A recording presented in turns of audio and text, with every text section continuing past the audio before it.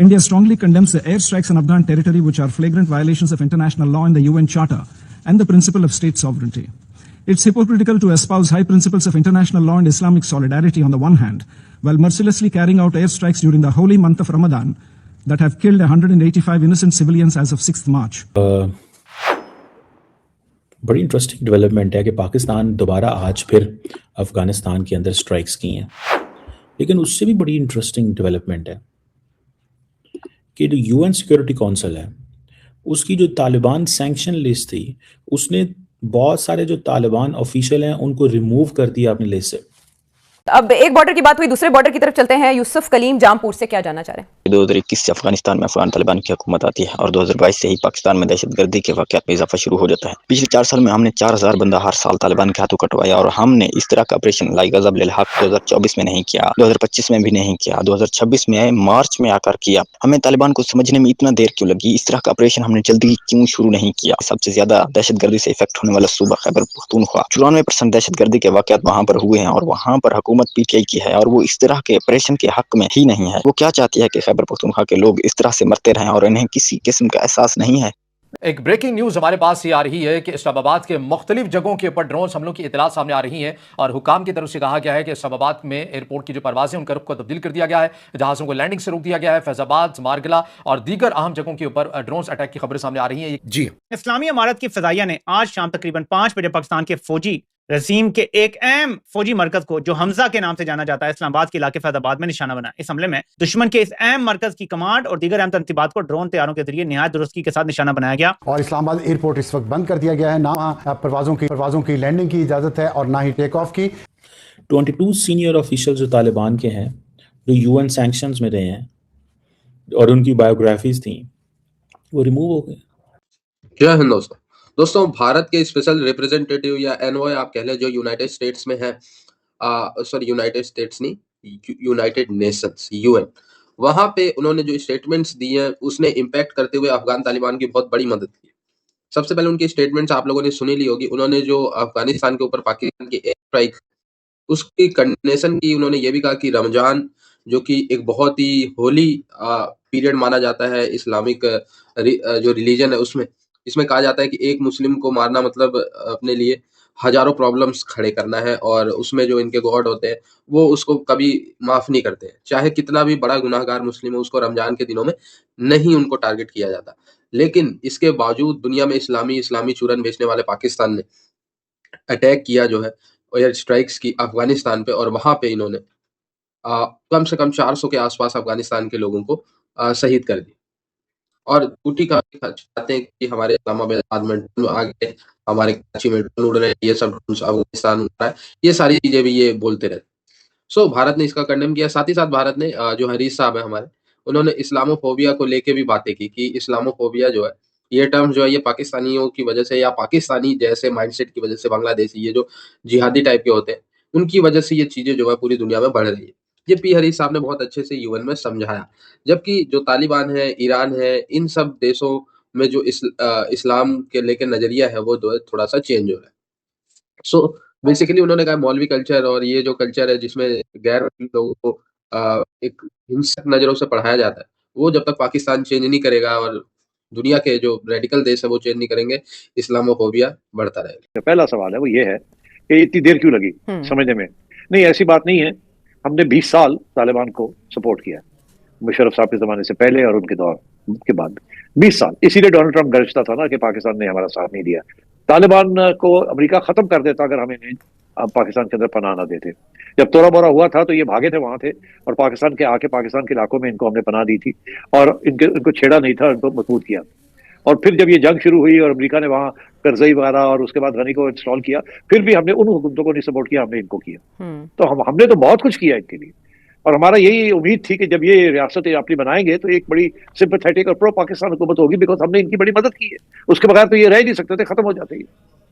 मगर अफसोस इस बात का कि जब भी हमने अपना हाथ बढ़ाया, जब भी हमने प्यार किया इनके साथ, जब भी हमने इनकी इमदाद की है, इनका रवैया बिल्कुल उसके बरक्स था। इन्होंने हमारे साथ ज्यादतियां की हैं। तो ये तो बिल्कुल सुनने के लिए तैयार नहीं है कोई बात। और अब क्या मैं लफ्ज इस्तेमाल करूं इनके बारे में, तो अब बात यह है कि हमारी तरफ से तो हर किस्म की कोशिश की गई है। समझाने की कोशिश की गई है, निगोशिएशन करने की कोशिश की गई है, देने की कि ले लो, ये भी ले लो, ये भी ले लो, सब कुछ किया हमने। वो इसीलिए किया ना बिकॉज हम समझते हैं कि ये बड़ा अच्छी बात है कि नेबर्स हैं हम, अच्छे नेबर्स होने चाहिए और नेबरहुड अच्छी होनी चाहिए।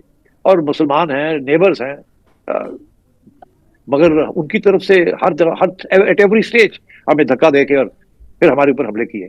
तो अब आपका ये बयान की इतनी देर लगी हमें समझने में, नहीं मेरा ख्याल है शक तो था, समझ भी थी, मगर फिर भी हम ये नहीं चाहते थे कि लोग हमें ये कहें कि आपने निगोशिएशन नहीं की, आपने कोशिश पूरी नहीं की। आपको याद होगा जब ये टीटीपी पाकिस्तान में थी तो 14 अग्रीमेंट्स हुई थी इनके साथ, हर अग्रीमेंट में इनको हथियार भी दिए, पैसे भी दिए, सब कुछ किया, ले लू के चले जाते थे, फिर शुरू कर देते थे। तो ये तो बिल्कुल लगता है ऐसे कि ये है ही ऐसे। ये तो बिल्कुल, अब मैं क्या लफ्ज इस्तेमाल करूं, आप समझ आए मैं क्या कहना चाह रहा हूं। और फिर फाइनली जब हमने इनके खिलाफ एक्शन किया तो फिर भागे यहां से। उसके बाद भी हम कहते रह गए कि यार अभी इमरान खान की हुकूमत के दौरान भी इनको आखिरी स्टेज, आपको याद होगा हमारे लोग वहां गए भी थे, उनको कहने लगे चले आप अपनी फैमिली आपकी ये ले आए, यहाँ आ जाएं, अपने हथियार छोड़ दें, चले आपको रीसेटल कर देते हैं हम पाकिस्तान में। जी इन्होंने वो भी नाजायज फायदा उठाया, आ भी गए और हमले भी करने शुरू कर दिए, अब केपी के अंदर कर रहे हैं। तो मतलब है इनके साथ तो अब तो ये मेरा ख्याल है वही स्टेज है कि जब पानी सर से गुजर जाए। अब 20 साल से हम इन्हें सपोर्ट कर रहे हैं, उसके बाद 5 साल हो गए हैं इनको समझाने की कोशिश कर रहे हैं और ये हमले पे हमले कर रहे हैं हमारे ऊपर। तो फिर आखिरी स्टेज पे यही होना था। तो ये आप इमेजिन करें कि किस तरह चीजें जो वहां हो रही हैं कि कहीं ना कहीं पे पाकिस्तान तालिबान पे हमला कर रहा है, वहां पे दहशतगर्दों पे स्ट्राइक्स हो रही हैं, लेकिन यूएन सिक्योरिटी काउंसिल से उनका नाम निकल गया। अब ये मुझे ऐसे लगता है कि ये एक लार्जर बार्गेन है, लार्जर बार्गेन है। यूएन सिक्योरिटी काउंसिल से इनका नाम कौन निकाल सकता है? यूएन सिक्योरिटी काउंसिल से इनका नाम कौन निकाल सकता है? चाइना क्या कर रहे हैं? बाकी मुल्क क्या कर रहे हैं? कहीं ना कहीं पे एक सवाल तो इमर्ज होता है ना, देयर इज अ क्वेश्चन। और क्वेश्चन ये है कि what is motivating UN security council के तालिबान जिनके पास टीटीपी की हाइड आउट्स हैं उनको आप एक पूरी की पूरी वो जैसे कहते हैं ना सेफ पैसेज दे दो।